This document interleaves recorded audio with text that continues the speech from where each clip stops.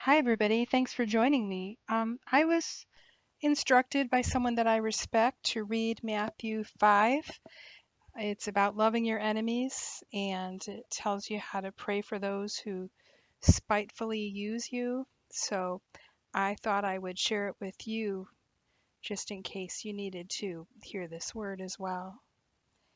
Matthew 5.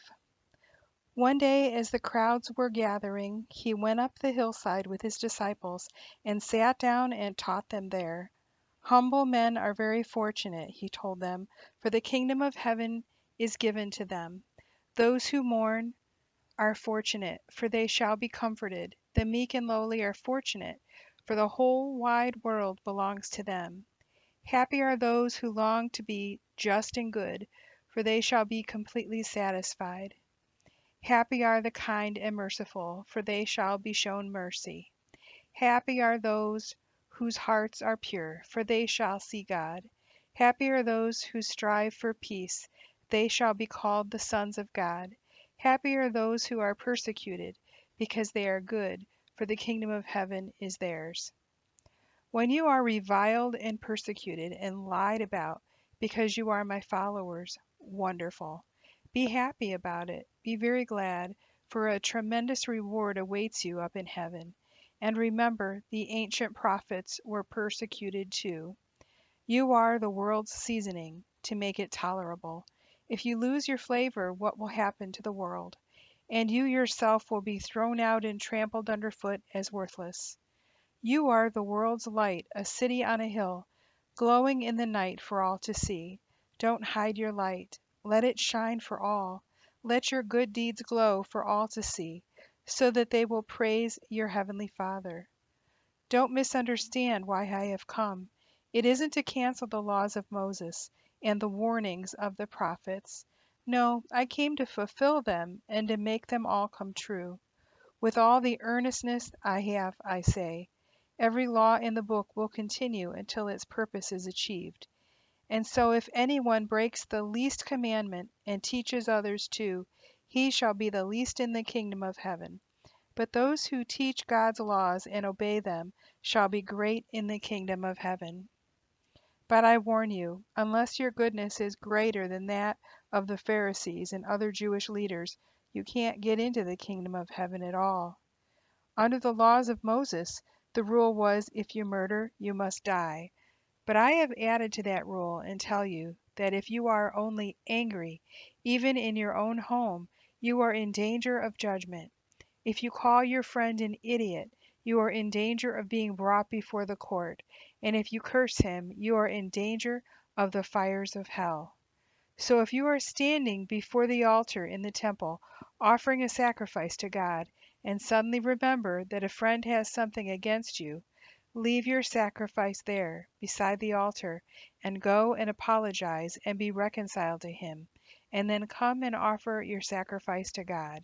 Come to terms quickly with your enemy before it's too late, and he drags you into court, and you are thrown into a debtor's cell.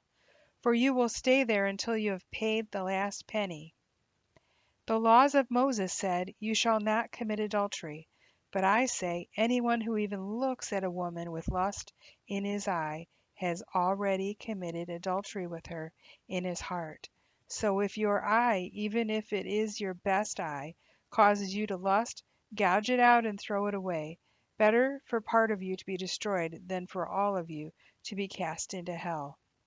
And if your hand, even your right hand, causes you to sin, cut it off and throw it away. Better that than find yourself in hell. The law of Moses says if anyone wants to be rid of his wife, he can divorce her merely by giving her a letter of dismissal. But I say that a man who divorces his wife, except for fornication, causes her to commit adultery if she marries again, and he who marries her commits adultery.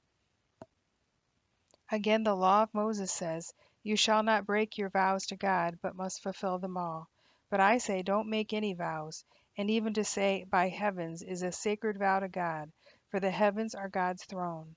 And if you say, "By the earth," it is a sacred vow, for the earth is his footstool. And don't swear by Jerusalem, for Jerusalem is the capital of the great king. Don't even swear by my head, for you can't turn one hair white or black.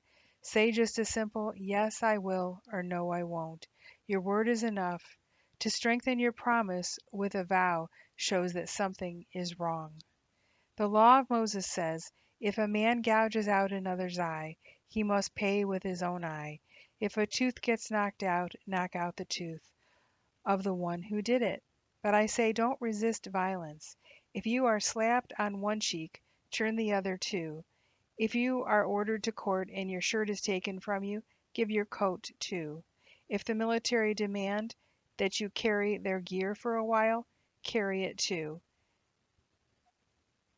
Give to those who ask, and don't turn away from those who want to borrow.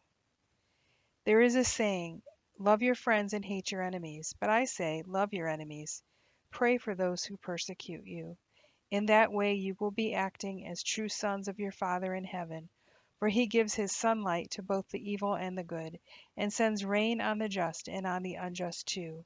If you love only those who love you, what good is that? Even scoundrels do that much.